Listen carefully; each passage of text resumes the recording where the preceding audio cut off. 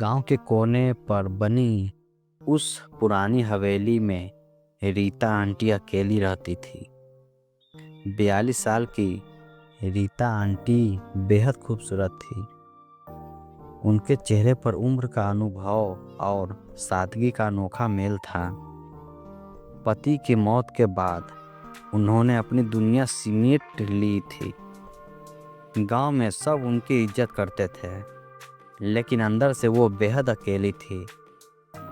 दूसरी तरफ राकेश 28 साल का एक सीधा साधा नौजवान था, जिसने हाल ही में शहर से अपनी पढ़ाई पूरी की थी।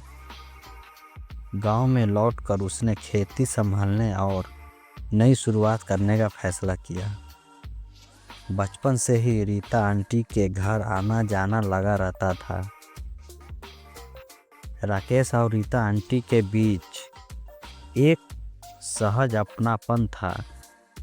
कोई नाम नहीं था इस रिश्ते का, बस दोनों एक दूसरे की फिक्र करते थे। राकेश उनकी हर ज़रूरत का ध्यान रखता था और रीता आंटी उसके लिए हमेशा दरवाज़ा खोलकर खड़ी रहती। एक शाम आसमान में घने बादल छा गए। तेज बारिश शुरू हो गई थी। हवाएं इतनी तेज थी कि घर की खिड़कियों तक कांपने लगी। उस रात बिजली भी चली गई। राकेश अपने घर में मोमबत्ती जलाकर बैठा था कि तभी दरवाजे पर दस्तक हुई। दरवाज़ा खोला तो सामने रीता आंटी खड़ी थी, हल्की भीगी हुई। कांपते हाथों से उन्होंने अपनी साड़ी संभालते हुए कहा, राकेश, मेरा लैप खराब हो गया है और बिजली जाने से घर अंधेरा हो गया है। अकेलापन काटने को दौड़ रहा है। क्या तुम कुछ देर मेरे कमरे में बैठ सकते हो? राकेश कुछ पल के लिए चुप रहा, फिर मुस्कुराते हुए बोला, बिल्कुल आंटी, मैं अभी आता हूँ। दोनों रीता आंटी ने कमरे में आ गए। कमरे में हल्की मोमबत्ती की रोशनी थी। बाहर बारिश की तेज बूंदों की आवाज़ अंदर तक सुनाई दे रही थी। रीता आंटी ने 2 कप चाय बनाई और दोनों पास बैठकर बातें करने लगे। बातों का सिलसिला धीरे धीरे गहराने लगा। रीता आंटी ने अपने कॉलेज के दिनों की बातें की। उन्होंने राकेश को बताया कि कैसे उनकी ज़िंदगी ने अचानक करवट ली और उन्हें अपने सपनों से समझौता करना पड़ा। राकेश, कभी कभी सोचती हूँ कि ज़िंदगी मुझे दूसरा मौका देती तो शायद सब कुछ अलग होता। उन्होंने गहरी सांस लेते हुए कहा। राकेश ने उनकी आंखों में देखा। आंटी, अभी भी देर नहीं हुई है। जिंदगी में हर सपने को पूरा करने का मौका मिलता है, बस हमें उसे पहचानना चाहिए। उस पल में दोनों के बीच एक अजीब सा खिंचाव था।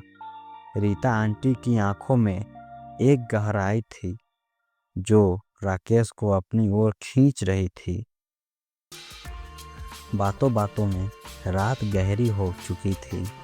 मोमबत्ती की रोशनी हल्की पड़ने लगी थी। रीता आंटी ने राकेश का हाथ अपने हाथ में ले लिया। राकेश, क्या तुम हमेशा मेरे साथ रहोगे? मैं अब और अकेलापन का बोझ नहीं उठा सकती। उनकी आवाज़ में दर्द और चाहत दोनों थी।